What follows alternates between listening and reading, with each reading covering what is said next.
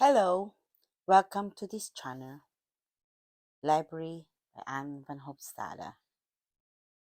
I'm reading this book online so I can share my collections of classic books. Please remember, English is not my native language.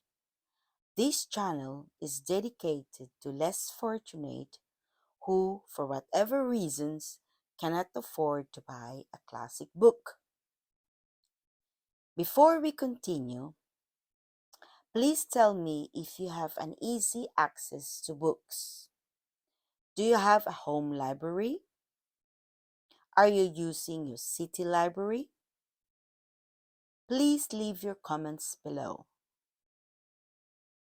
Now, let us continue. We are going to read further with this book by Jane Austen, Persuasion. We are now on chapter 23. One day only had passed since Anne's conversation with Mrs. Smith, but a keener interest had succeeded, and she was now so little touched by Mr. Elliot's conduct, except by its effects in one quarter, that this became a matter of course the next morning, still to defer her explanatory visit in River Street. She had promised to be with the Musgroves from breakfast to dinner. Her fate was plighted, and Mr. Elliot's character, like the Sultaness, the scare Herald Sally's head, must live another day.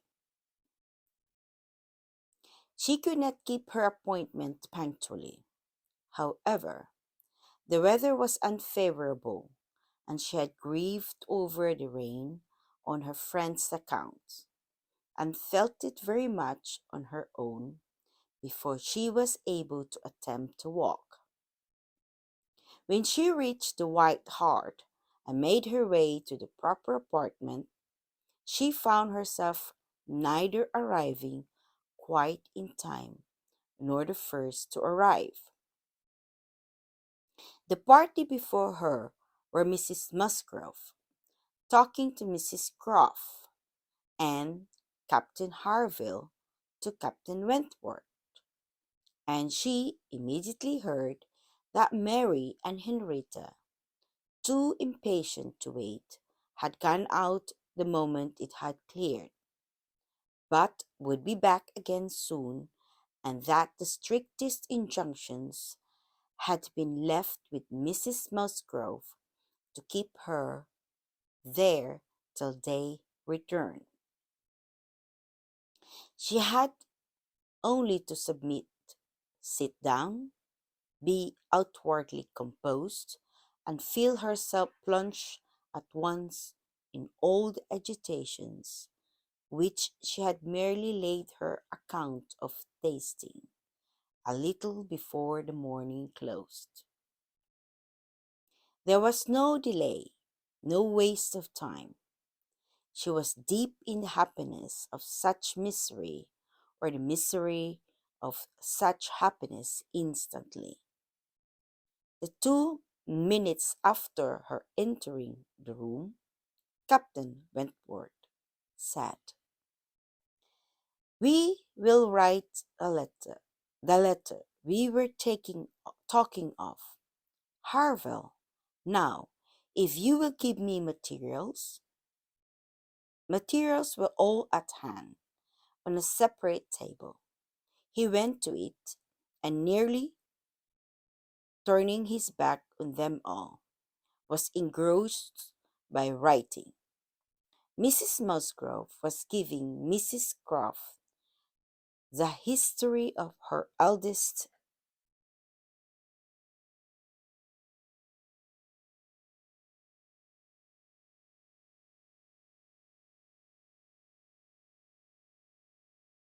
daughter's engagement. and just in the inconvenient tone of voice, which was perfectly audible, while it pretended to be a whisper.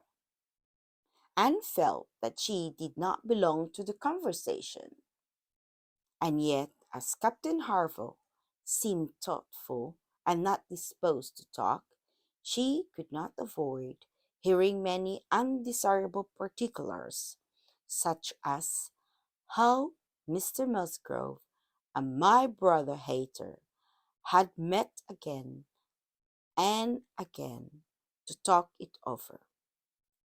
What my brother Hayter had said one day, and what Mr. Musgrove had proposed the next, and what had occurred to my sister Hayter, and what the young people had wished, and what I said at first I never could consent to, but was afterwards persuaded to think might do very well,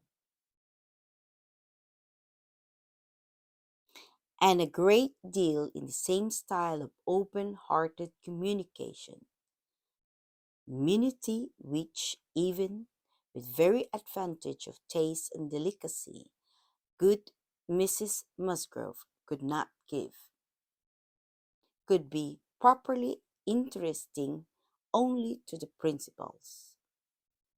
Mrs. Croft was attending with great good humour, and whenever she spoke at all, she was very sensibly,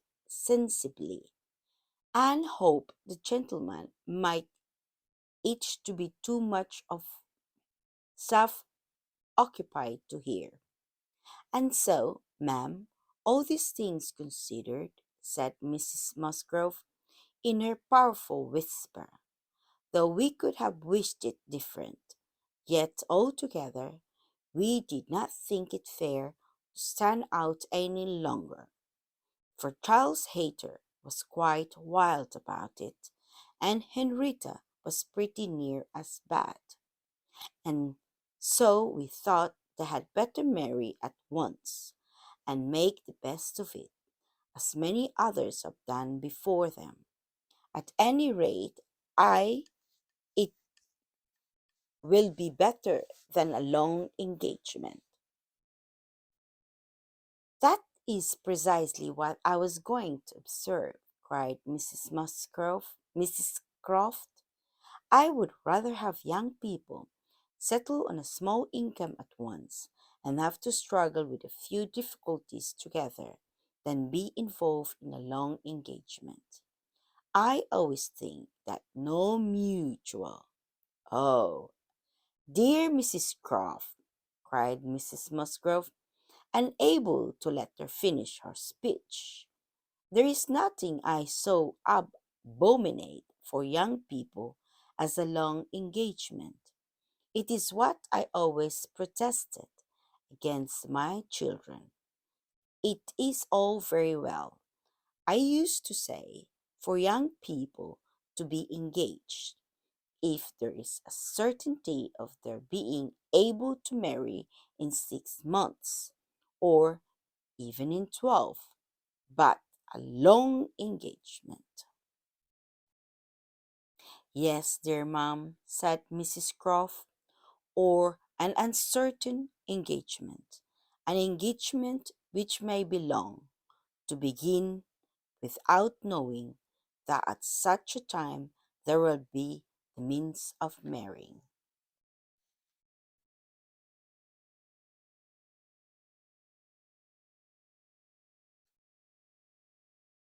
I hold to be very unsafe and unwise, and what I think all parents should prevent as far as they can. Anne found an unexpected interest here. She felt its application to herself, felt it in a nervous thrill all over her, and at the same moment that her eyes instinctively glanced towards the distant table, Captain Wentworth's pen ceased to move. His head was raised, posing, listening, and he turned around. the next instant to give a look, one quick, conscious look at her. The two ladies continued to talk, to re-urge the same admitted truths, and enforce them with such examples of the ill effect of a contrary practice as had fallen within their observation. But Anne heard nothing distinctly. It was only a buzz of words in her ear. Her mind was in confusion. Captain Harville, who had in truth been hearing none of it, now left his seat and moved into a window, and Anne, seeming to watch him, though it was from thorough absence of mind, became gradually sensible that he was inviting her to join him where he stood. He looked at her with a smile and a little motion of the head, which expressed, "Come to me, I have something to say," and the unaffected easy kindness of manner which denoted the feelings of an older acquaintance than he really was, strongly enforced the invitation. She rose herself and went to him.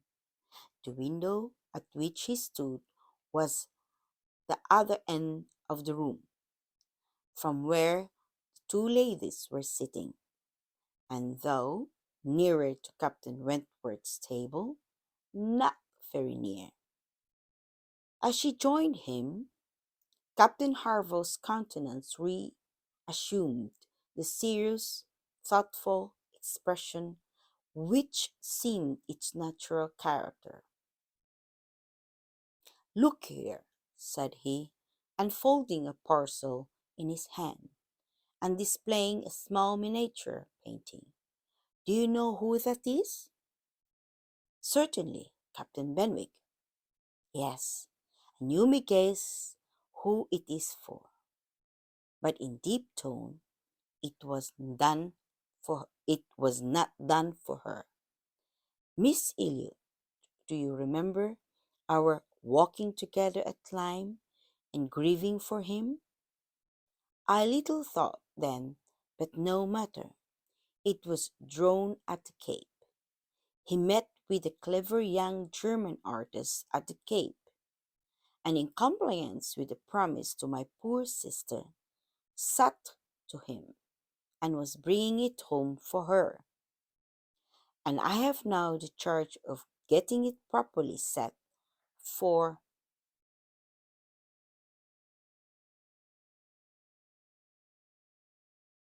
another. It was commissioned to me. But who else was there to employ? I hope I can allow for him. I am not sorry, indeed, to make it over to another. He undertakes it," looking towards Captain Wentworth. "He is writing about it now," and with a quivering lip he wound up the whole by adding, "Poor Fanny! She would not have forgotten him so soon." "No," replied Anne, in a low, feeling voice, "that I can easily believe. It was not in her nature. So doted on him. It was not for the nature of any woman who truly loved." Captain Harville smiled, as much as to say, "Do you claim that you for your sex?" And she answered the question smiling also, "Yes. We certainly do not forget you so soon as you forget us. It is perhaps our fate rather than our merit. We cannot help ourselves. We live at home, quite confined, and our feelings prey upon us. You are forced on exertion. You have always a profession, pursuits, business of some sort or other, to take you back into the world immediately, and continual occupation and change soon weaken impressions. Granting your assertion that the world does all this so soon for men, which, however, I do not think I shall grant, it does not apply to Benwick. He has not been forced upon any exertion. The peace turned him on the shore at the very moment, and he has been living with us in our little family circle ever since. True, said Anne, very true. I did not recollect. But what shall we say now? Captain Harville? If the change be not from outward circumstances, it must be from within. It must be nature, man's nature, which has done the business for Captain Benwick. No, no, it is not man's nature. I will not allow it to be more man's nature than woman's to be inconstant and forget those they do love or have loved. I believe the reverse. I believe in a true analogy between our bodily frames and our mental, and that as our bodies are the strongest, so as our feelings, capable of beating most rough usage and riding out heaviest weather. Your feelings may be the strongest, replied Anne, but the same spirit of analogy will authorize me to assert that ours are the most tender. Man is more robust than woman, but he is not longer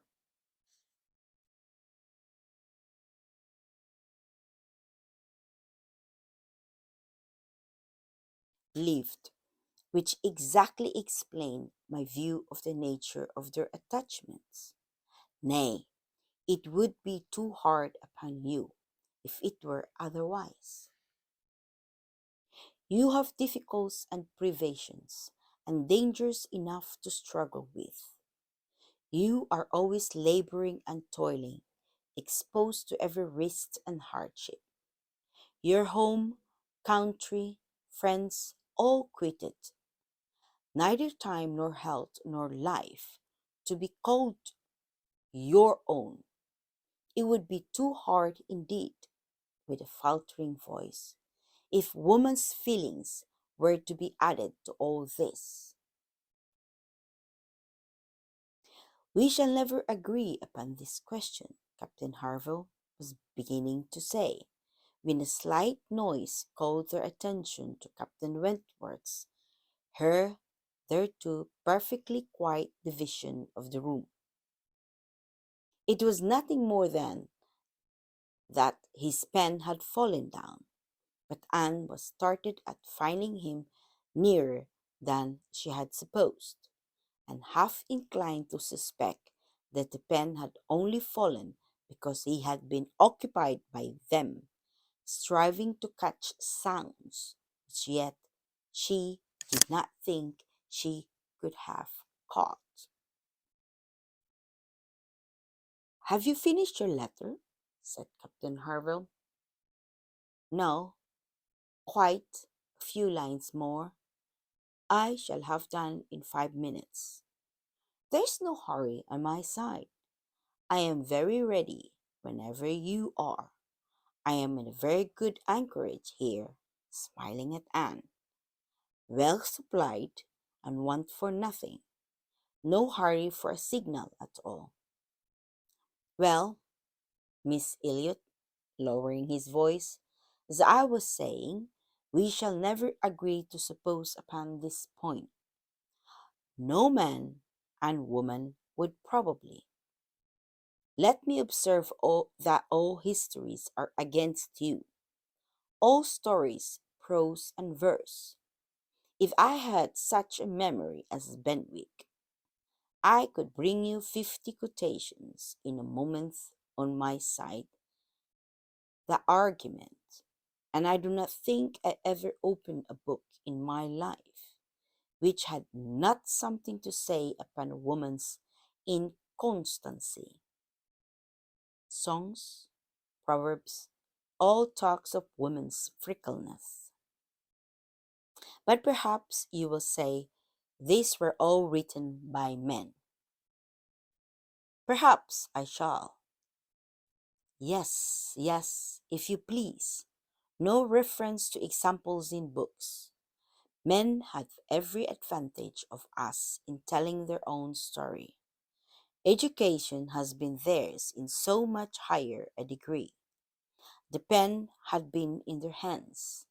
I will not allow books to prove anything. But how shall we prove anything? We never shall. We never can expect to prove anything upon.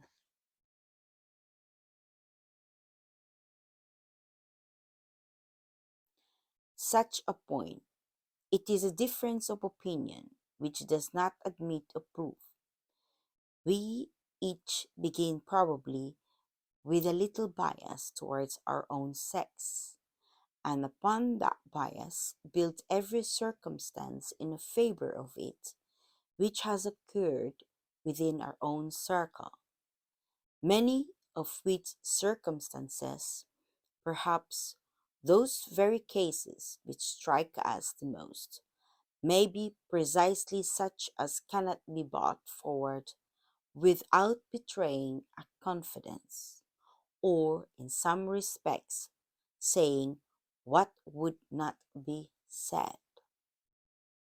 Ah, cried Captain Harville in a tone of strong feeling, if I could but make you comprehend what a man suffers when he takes a last look at his wife and children, and watches the boat that he had sent them off in as long as it is in sight, and then turns away and say, God knows whether we ever meet again.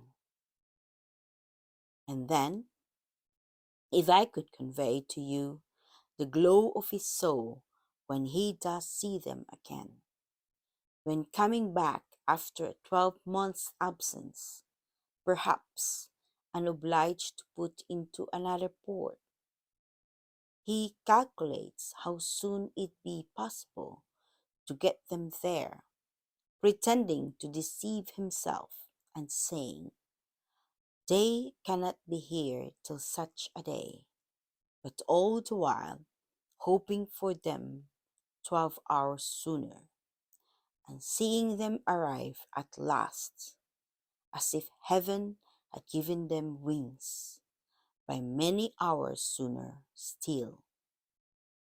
If I could explain to you all this, and all that a man can bear and do, and glories to do for the sake of these treasures of his existence, I speak, you know, only of such men as have hearts, passing his own with emotion.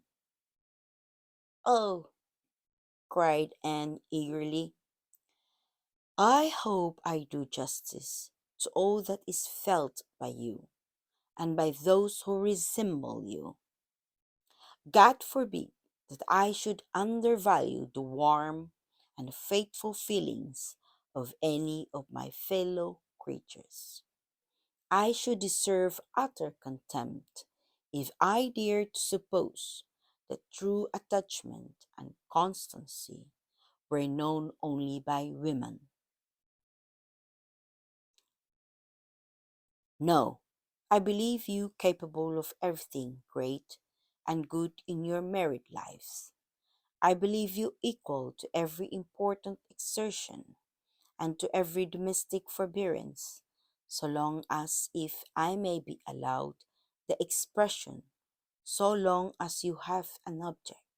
I mean, while the woman you love lives and lives for you. All the privilege I claim for my own sex, it is not a very inviolable one. You need not covet it.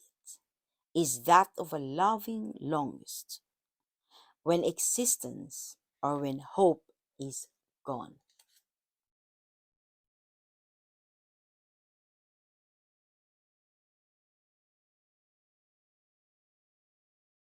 She could not immediately have uttered another sentence. Her heart was too full, her breath too much oppressed. You are a good soul, cried Captain Harville, putting his hand on her arm quite affectionately. There is no quarrelling with you, and when I think of Benwick, my tongue is tied. Their attention was called towards the others. Mrs. Croft was taking leave. Here, Frederick, you and I part company, I believe, said she. I am going home, and you have an engagement with your friend. Tonight, we may have the pleasure of all meetings again, and at your party, turning to Anne. We had your sister's card yesterday, and I understood Frederick had a card too, though I did not see it, and you are disengaged. Frederick, are you not as well as ourselves? Captain Wentworth was folding up a letter in great haste, and neither could not or would not answer fully. Yes, said he, very true. Here we separate, but Harville and I shall soon be after you. That is, Harville, if you are ready, I am in half a minute. I know you will not be sorry to be off. I shall be at your service in half a minute. Mrs. Croft left them, and Captain Wentworth, having sealed his letter with great rapidity, was indeed ready, and had even a hurried, agitated air, which showed impatience to be gone. Anne knew not how to understand it. She had the kindness, "Good morning, God bless you," from Captain Harville, but from him not a word nor a look. He had passed out of the room without a look. She had only time, however, to move closer to the table where he had been writing, and footsteps were heard returning. The door opened. It was himself. He begged their pardon, but he had forgotten his gloves, and instantly crossing the room to the writing table, and standing with his back towards Mrs. Musgrove, he drew out a letter from under the scattered paper and placed it before Anne, with eyes of glowing entreaty fixed on her for a time, and hastily collecting his gloves, was again out of the room, almost before Mrs. Musgrove was aware of his being in it. The work of an instant.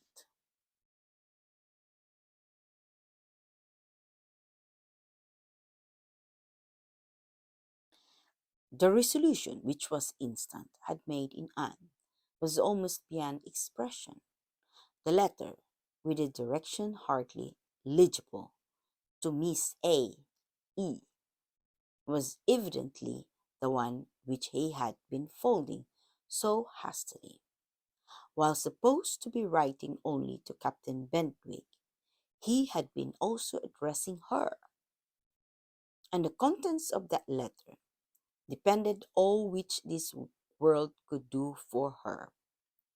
Anything was possible, anything might be defied rather than suspense. Mrs. Musgrove had little arrangement of her own at her own table. To their protection she must trust, and sinking into the chair which he had occupied, succeeding to the very spot where he had leaned and written, her eyes devoured the following words: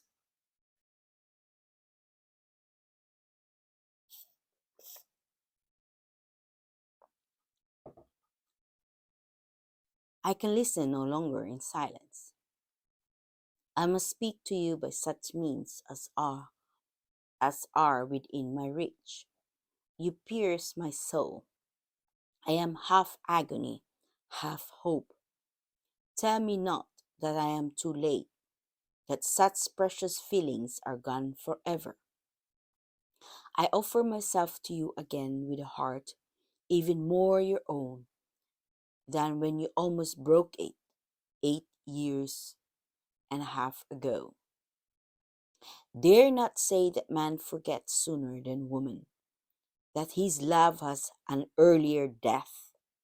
I have loved none but you, and just I may have been, weak and resentful I have been, but never inconstant.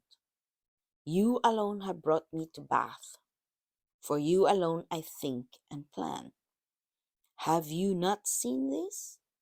Can you fail to have understood my wishes? I had not waited even these 10 days. Could I have read your feelings, as I think you must have penetrated mine? I can hardly write. I am very instant. I am every instant hearing something which overpowers me. You sink your voice, but I can distinguish the tones of that voice when they would be lost on others. Too good, too excellent creature. You do us justice, indeed. You do believe that there is a true attachment and constancy among men. Believe it to be most fervent, most undeviating in F.W.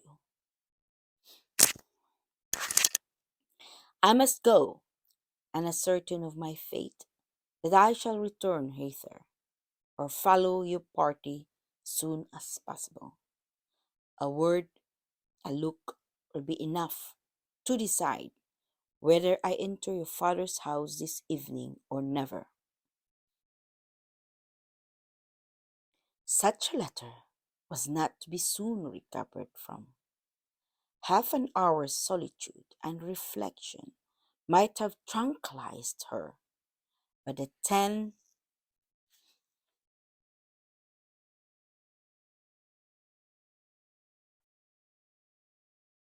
minutes only, when one which now passed before she was interrupted with all the restraints of her situation, could do nothing towards tranquillity.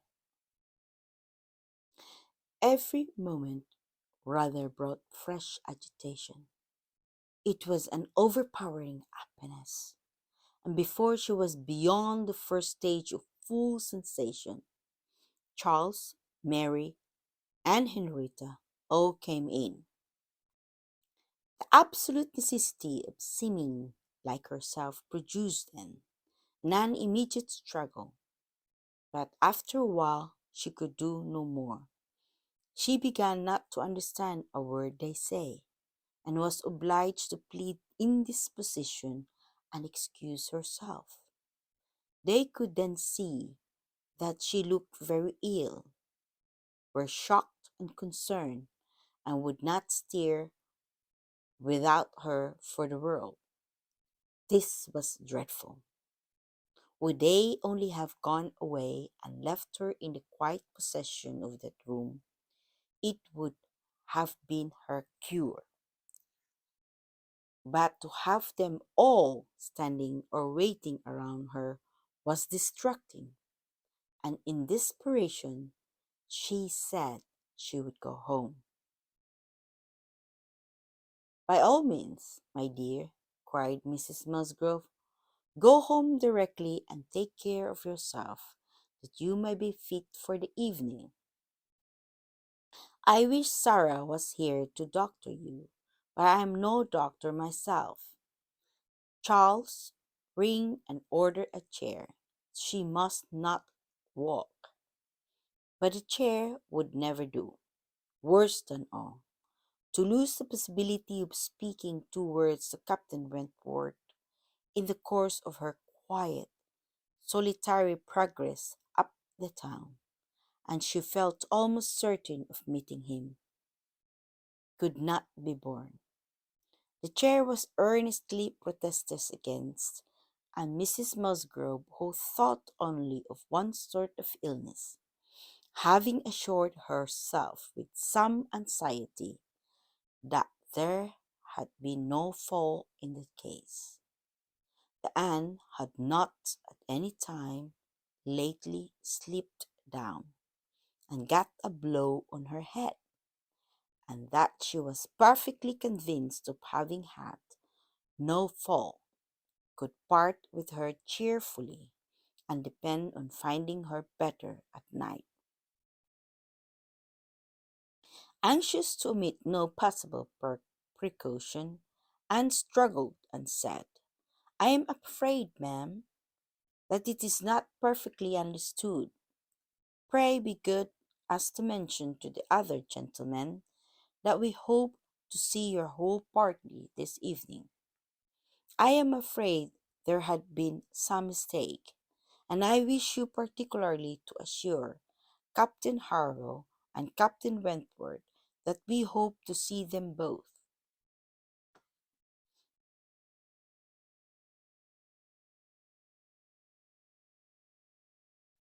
"Oh, my dear, it is quite understood. I give you my word, Captain Harville has no thought but of going. Do you think so? But I am afraid, and I should be very sorry. Will you promise me to mention it when you see them again? You will see them both again this morning, I dare say. Do promise me." "To be sure I will, if you wish it. Charles, if you see Captain Harville anywhere, remember to give Miss Anne's message. But indeed, my dear, you need not be uneasy. Captain Harville holds himself quite engaged. I'll answer for it. And Captain Wentworth the same, I dare say." Anne could do no more, but her heart prophesied some mischance. To damp the perfection of her felicity, it could not be very lasting, however. Even if he could not come to Camden Place himself, it would be in her power to send an intelligible sentence by Captain Harville. Another momentary vexation occurred. Charles, in his real concern and good nature, would go home with her. There was no preventing him.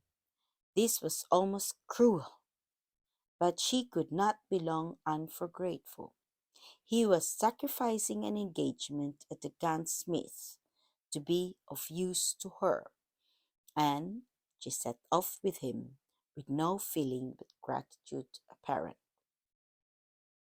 They were in Union Street when a quicker step behind, something of a familiar sound, gave her 2 moments' preparation for the sight of Captain Wentworth. He joined them, but as if irresolute whether to join or to pass on, said nothing, only looked, and could command herself enough to receive that look, and not repulsively. The cheeks, which had been pale, now glowed, and the movements which had hesitated were decided. He walked by her side, presently struck by a sudden thought. Charles said, "Captain Wentworth, which way are you going? Only to Gun Street or farther up the town?" "I hardly know," replied Captain Wentworth, surprised. "Are you going as high as Belmont? Are you going near Camden Place? Because if you are, I shall have no scruple in asking you to take my place and give Anne your arm to her father's door. She is rather done for this morning, must not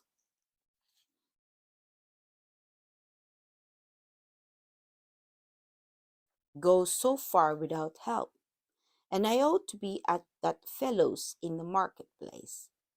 He promised me the sight of a capital gun he's just going to send off. Said he would keep it unpacked to the last possible moment, that I might see it, and if I do not turn back now, I have no chance.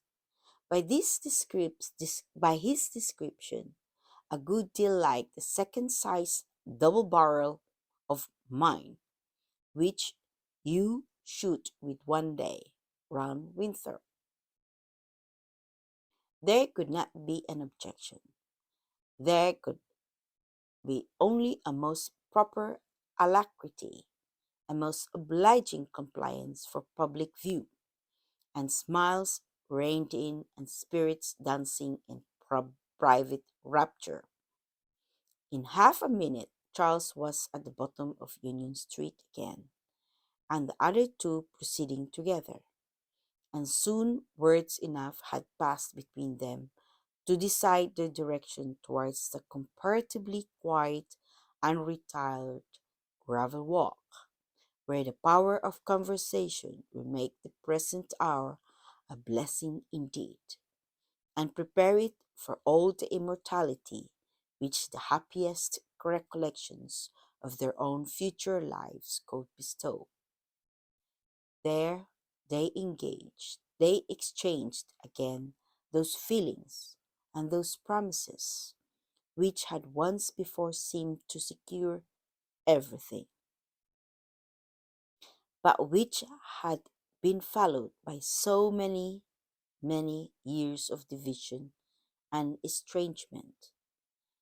There they returned again into the past, more exquisitely happy, perhaps in the reunion than when it had been first projected, more tender, more tried, more fixed in a knowledge of each other's character, truth, and attachment, more equal to act, more justified in acting. And there, as they slowly paced the gradual ascent, heedless of every group around them, seeing neither sauntering politicians, bustling housekeepers, flirting girls, nor nursery maids and children, they could indulge in those retrospections and acknowledgments, and especially in those explanations of what had directly preceded the present moment, which were so pregnant and so ceaseless in interest. All the little variations of the last week were gone through, and of yesterday and today there could scarcely be an end. She had not mistaken him. Jealousy of Mr. Elliot had been the retarding weight, the doubt, the torment that had begun to operate in the very hour of first meeting in Bath, that had returned after a short suspension to ruin the concert, and that had influenced him in everything he had said and done, or omitted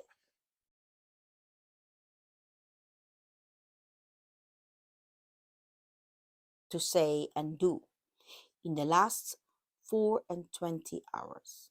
It had been gradually yielding to the better hopes which her looks or words or actions occasionally encouraged. It had been vanquished at last by those sentiments and those tones which had reached him while she talked with Captain Harville, and under the irresistible governance of which he had seized a sheet of paper and poured out his feelings. Of what he had then written nothing was to be retracted or qualified. He persisted in having loved none but her. She had never been supplanted. He never even believed himself to see her equal.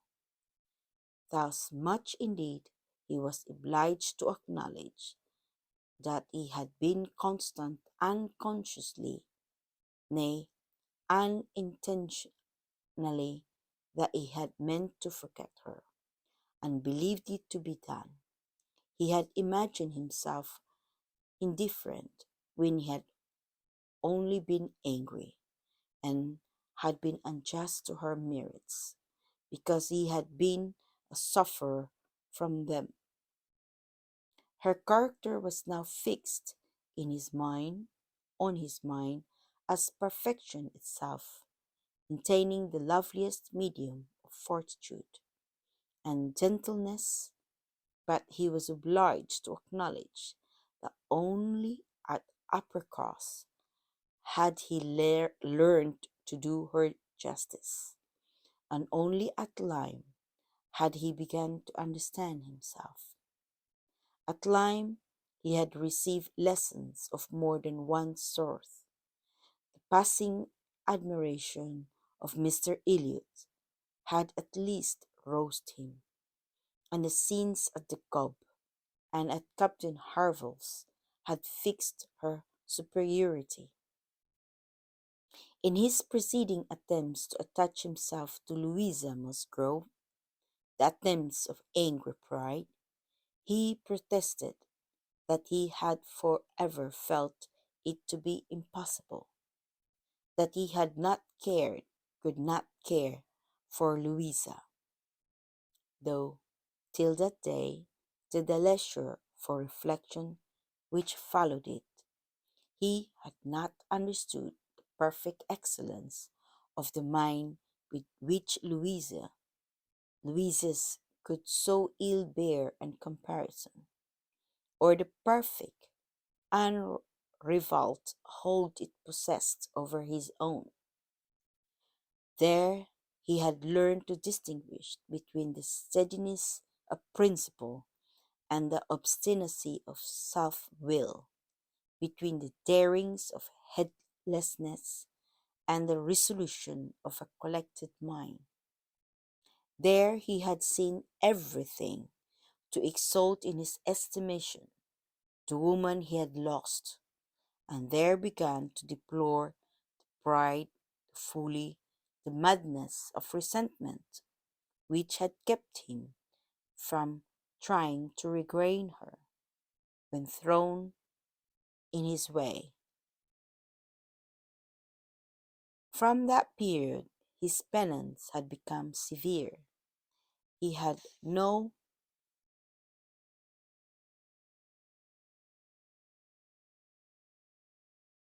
sooner been free from the honor and the remorse, standing the first few days of Louisa's accident, no sooner began to feel himself alive again, that he had begun to feel himself, though alive, not at liberty.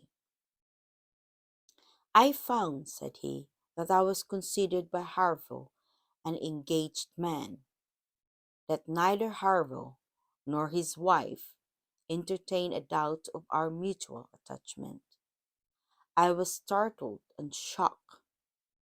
To a degree, I could contradict this instantly, but when I began to reflect that others might have felt the same, her own family, nay, perhaps herself, I was no longer at my own disposal.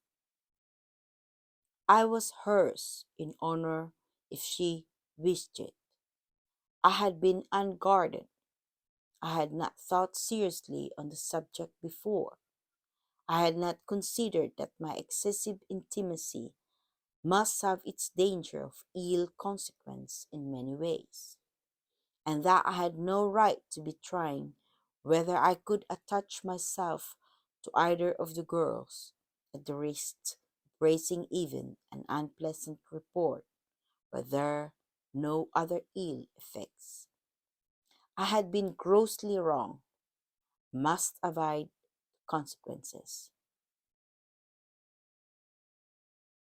He found too late, in short, that he had entangled himself, and that precisely as he became fully satisfied of his not caring for Louisa at all, he must regard himself as bound to her if her sentiments for him were what the Harvilles supposed.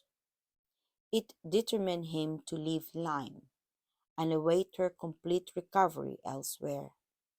He would gladly weaken by any fair means whatever feelings or speculations concerning him might exist, and he went therefore to his brother's, meaning after a while to return to Kellynch and act as circumstances might require.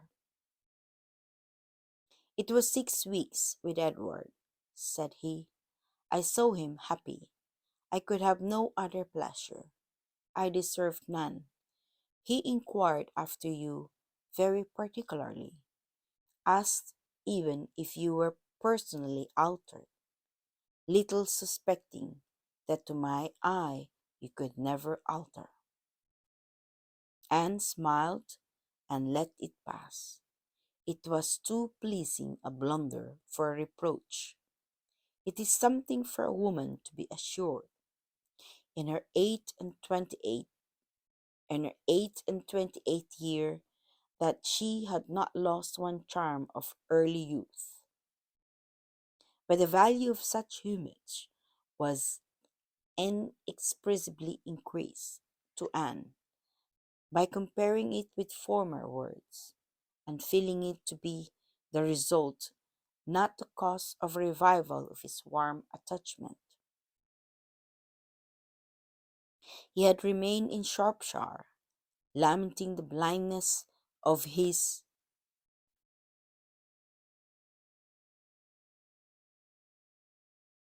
own pride and the blunders of his own calculations, till at once released from Louisa by the astonishing and felicitous intelligence of her engagement with Benwick. Here, said he, ended the worst of my state, for now I could at least put myself in the way of happiness. I could exert myself, I could do something, but to be waiting so long in inaction, and waiting only for evil, had been dreadful. Within the first 5 minutes I said, I will be in Bath on Wednesday, and I was. Was it unpardonable to think it worth my while to come, and to arrive with some degree of hope? You were single.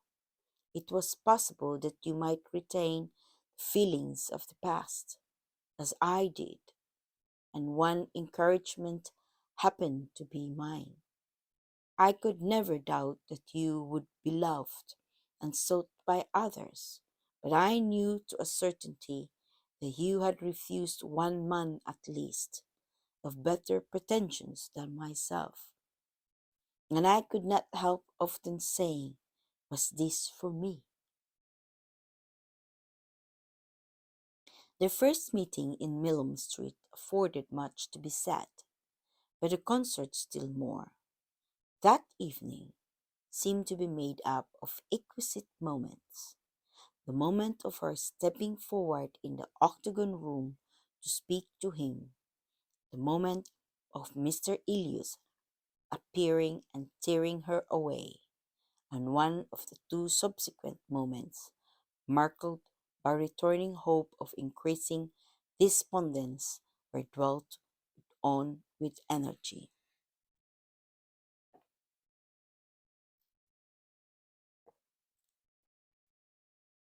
To see you, cried he, in the midst of those who could not be my well wishers, to see your cousin close by you, conversing and smiling, and feel all the horrible eligibilities and proprieties of the match, to consider it as a certain wish of every being who could hope to influence you, even if your own feelings were reluctant or indifferent, to consider what powerful supports would be his. It was it not enough to make the fool of me, which I appeared? How could I look on without agony? Was not the very sight of the friend who sat behind me, was not the recollection of what had been, the knowledge of her influence, the indelible, immovable impression of what persuasion had once done, and was it not all against me? You should have distinguished, replied Anne. You should not have suspected me now. The case is so different, and my age so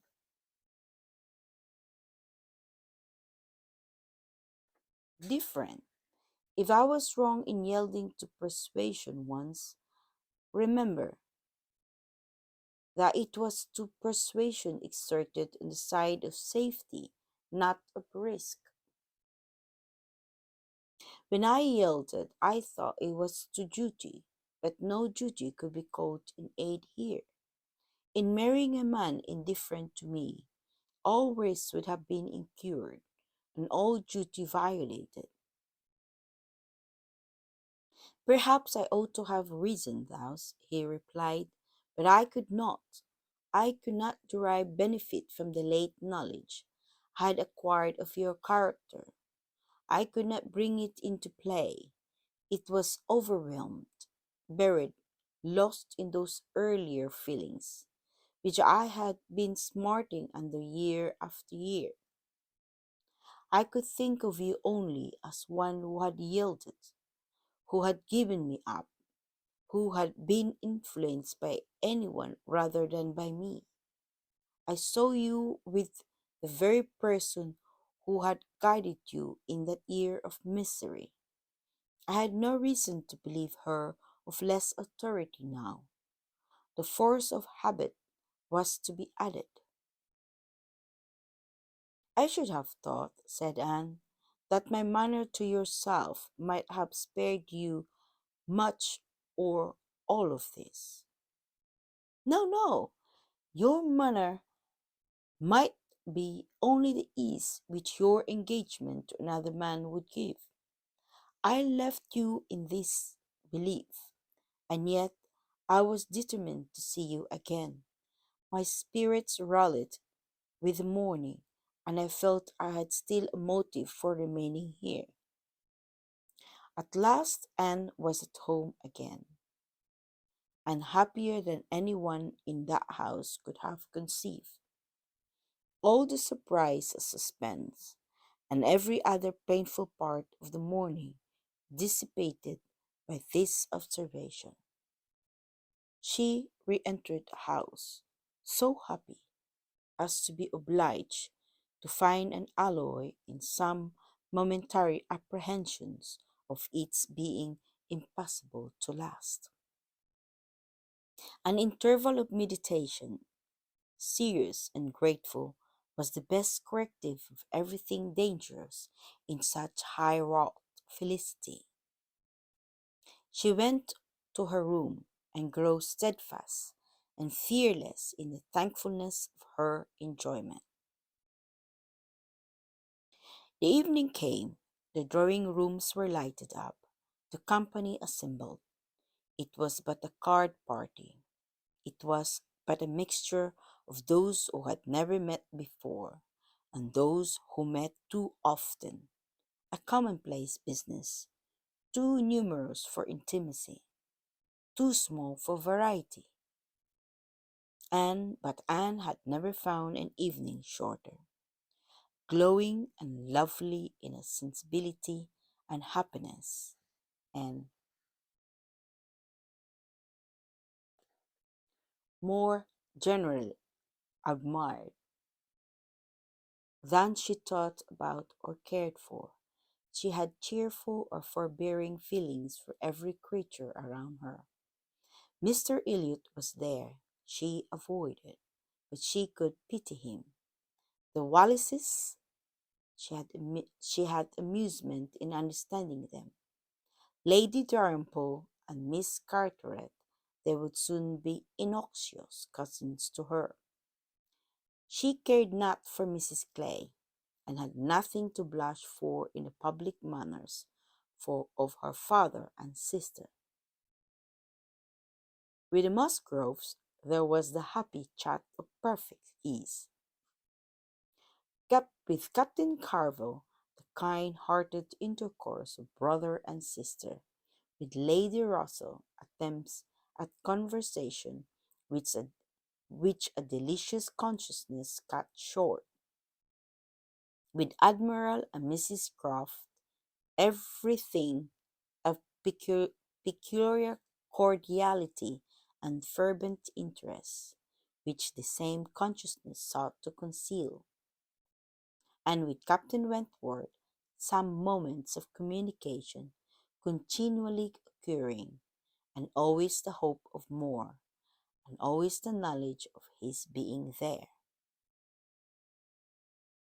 It was in one of those short meetings, each apparently occupied in admiring a fine display of greenhouse plants, that she said, I have been thinking over the past, and trying partially to judge of the right and wrong. I mean with regard to myself, and I must believe that I was right, much as I suffered from it, that I was perfectly right in being guided by the friend whom you will love better than you do now. To me, she is in the place of a parent. Do not mistake me, however. I am not saying that she did not err in her advice. It was perhaps one of those cases in which advice is good or bad only as the event decides. And for myself, I certainly never should, in any circumstance of tolerable similarity, give such advice. But I mean that I was right in submitting to her, and that if I had done otherwise, I should have suffered more in continuing the engagement than I did, even in giving it up, because I should have suffered in my conscience. I have now, as far as such a sentiment is allowable in human nature, nothing to reproach myself with, and if I mistake not, a strong sense of duty is no bad part of a woman's portion. He looked at her, looked at Lady Russell, and looking again at her, replied, as if in a cool deliberation, not yet. But there are hopes of her being forgiven in time. I trust to being in charity with her soon. But I, too, have been thinking over the past, and question has suggested itself whether there may not have been one person more my enemy even than that lady, my own self. I tell me if when I returned to England in the year 8 with a few £1,000 and was posted into the Laconia, if I hadn't written to you, would you have answered my letter? Would you, in short, have renewed the engagement then? Would I? Was all her answer, but the accent was decisive enough. Good, good, good God, he cried. You would. It is not that I did not think of it, or desire it, as what could alone crown all my other success. But I was proud, too proud to ask again. I did not understand you. I shut my eyes and would not understand you, or do you justice. This is a recollection which ought to make me forgive everyone sooner than myself. 6 years of separation and suffering might have been spared.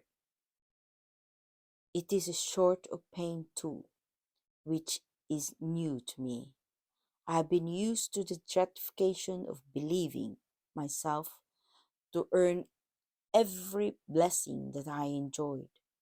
I have valued myself and honorable toils and just rewards. Like other great men, under reverses, he added with a smile, I must endeavor to subdue my mind to my fortune. I must learn to brook being happier than I deserve.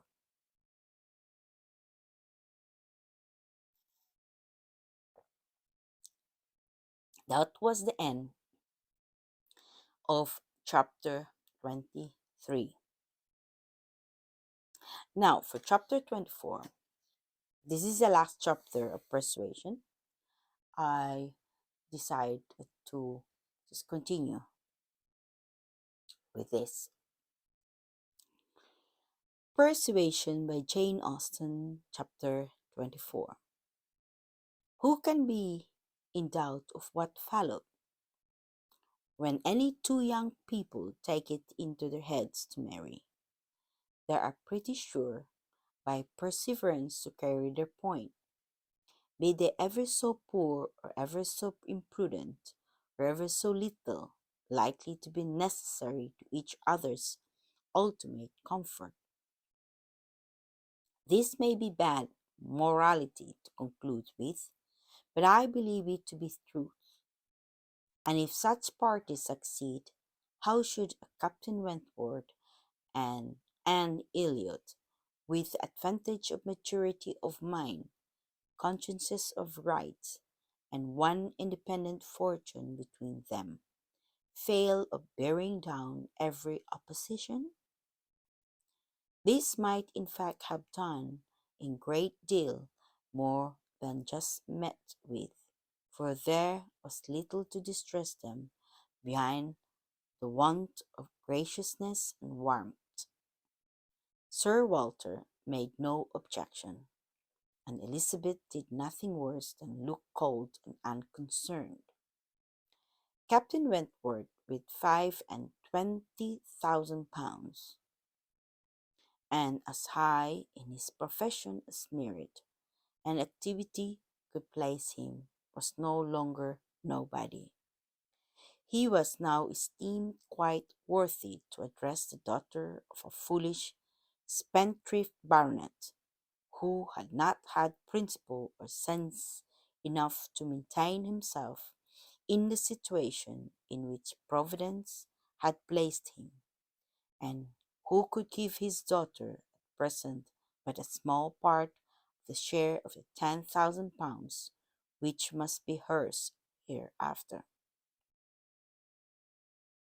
Sir Walter indeed thought he had no affection for Anne, and no vanity flattered to make him really happy on the occasion, was very far from thinking it a bad match for her. On the contrary, when he saw more of Captain Wentworth, saw him repeatedly by daylight, and eyed him well, he was very much struck by his personal claims, and felt that his superiority of appearance might not be not unfairly balanced against his superiority of rank. And all this, assisted by his well sounding name, enabled Sir Walter at last to prepare his pen with a very good grace for the insertion of the marriage in the volume of honor.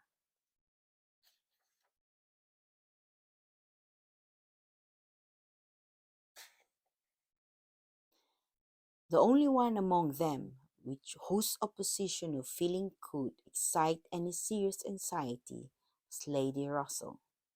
I knew that Lady Russell must be suffering some pain in understanding and relinquishing Mr. Elliot, and be making some struggles to become truly acquainted with and do justice to Captain Wentworth. This, however, was what Lady Russell had now to do.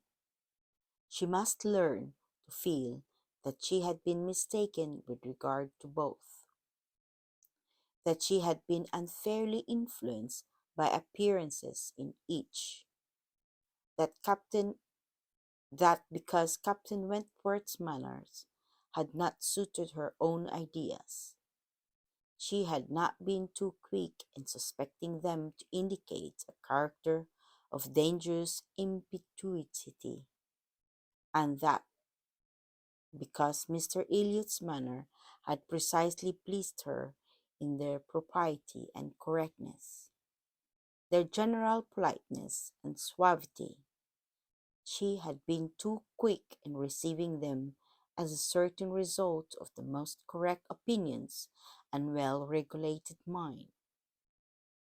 There was nothing less for Lady Russell to do than to admit that she had been pretty completely wrong, and to take up a new set of opinions, of hopes. There is a quickness of perception in some, a nicety in the discernment of character, a natural penetration, in short, which no experience in others can equal, and Lady Russell had been less gifted in this part of understanding than her young friend. But she was a very good woman, and if her second subject was to be sensible and well judging, her first was to see Anne happy. She loved Anne better than she loved her own abilities, and when the awkwardness of the beginning was over, found little hardship in attaching herself as a mother to the man who was securing the happiness of her other child. Of all the family, Mary was probably the one most immediately gratified by the circumstance. It was creditable to have a sister married, and she might flatter herself with having been greatly instrumental to the connection, by keeping Anne with her in the autumn, and as her own sister must be better than her husband's sisters. It was very agreeable that Captain Wentworth should be a richer man than either Captain Benwick or Charles Hayter. She had something to suffer, perhaps, when they came into contact again, in seeing Anne restored to the rights of seniority, and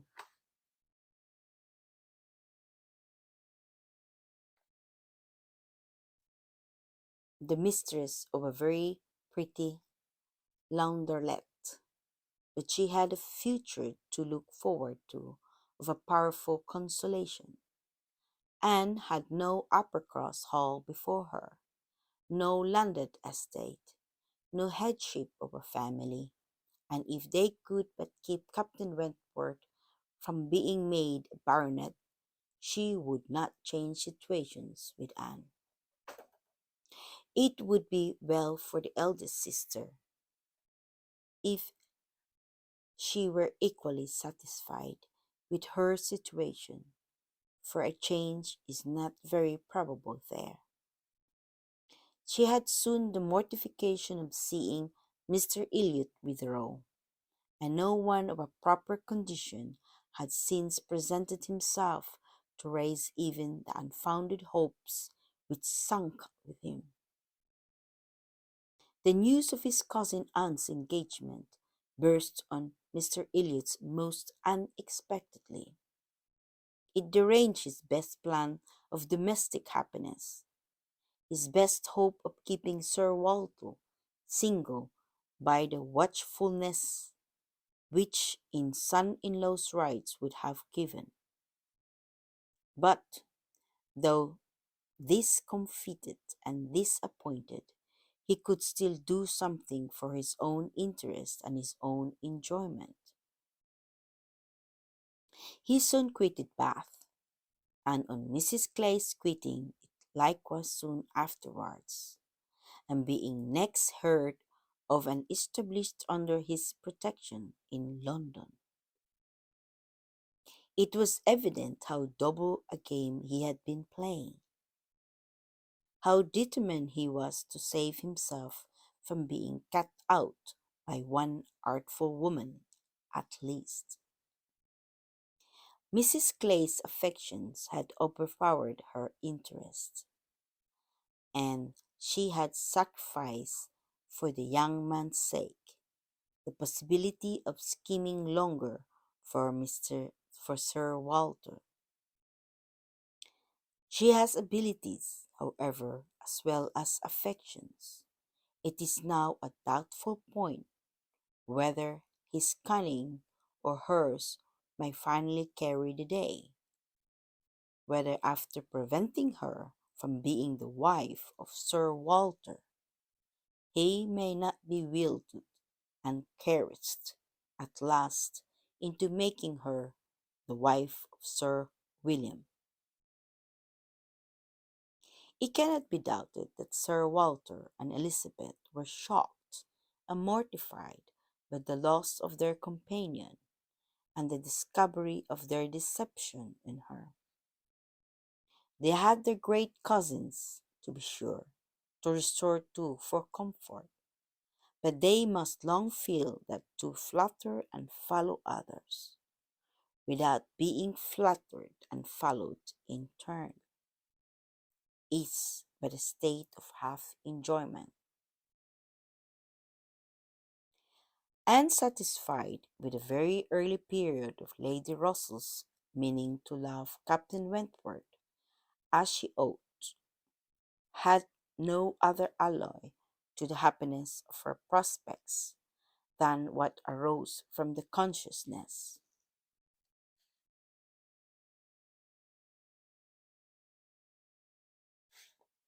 of having no relations to bestow on him, which a man of sense could value.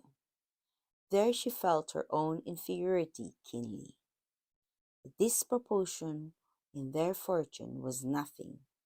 It did not give her a moment's regret.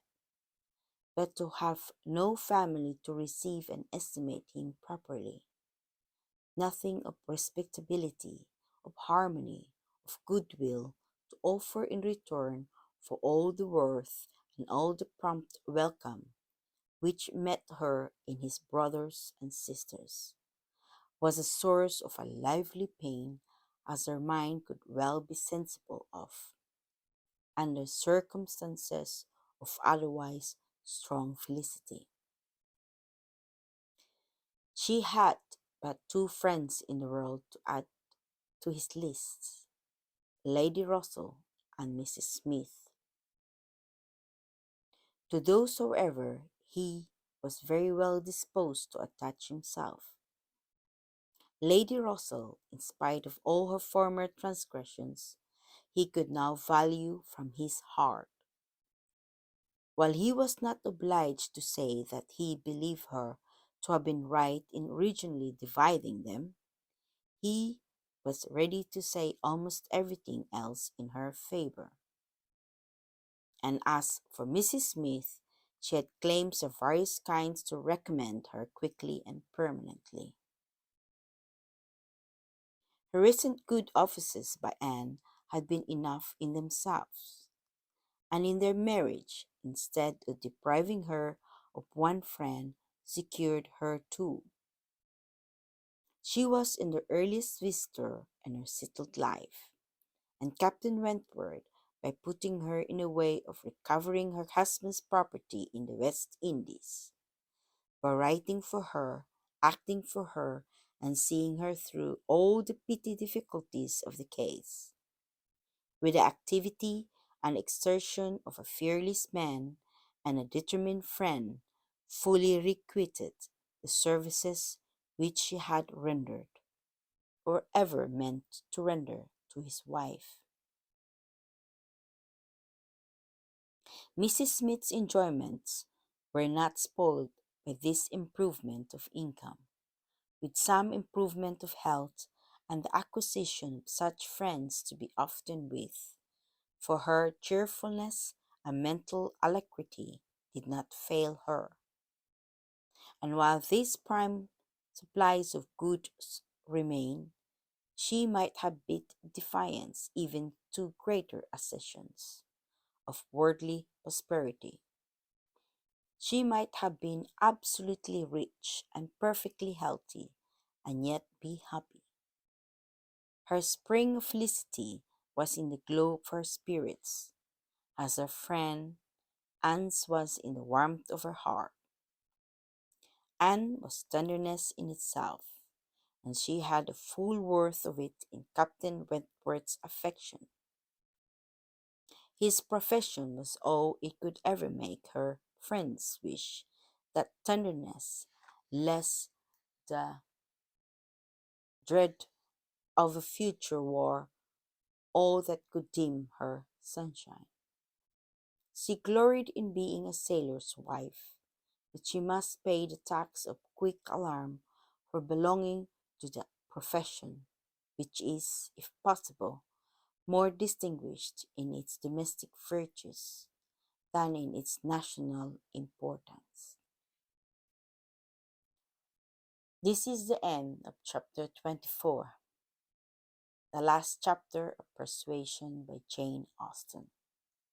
I hope you really have enjoyed this reading, and I hope you will also would like to read with me with my other videos. So from here, I will thank you for watching and for reading with me. If you have enjoyed this video, please like and leave a lovely comment. If you really enjoyed it, please subscribe and click the notification bell. You will then be notified when I post a new video. I would like to thank you for your emails, your gifts, and tips. Remember, I love to read all your comments. Please keep it coming. For those who have bought me a coffee, thank you. And if you want to buy me a coffee, the link is in the description below. If you want to send me a message directly, please send me an email to ann.vanhalfside@gmail.com. The link is in the description below. Again, thank you so much for all your support. This channel would not be noticed or seen without your help. See you soon on my next video, and goodbye.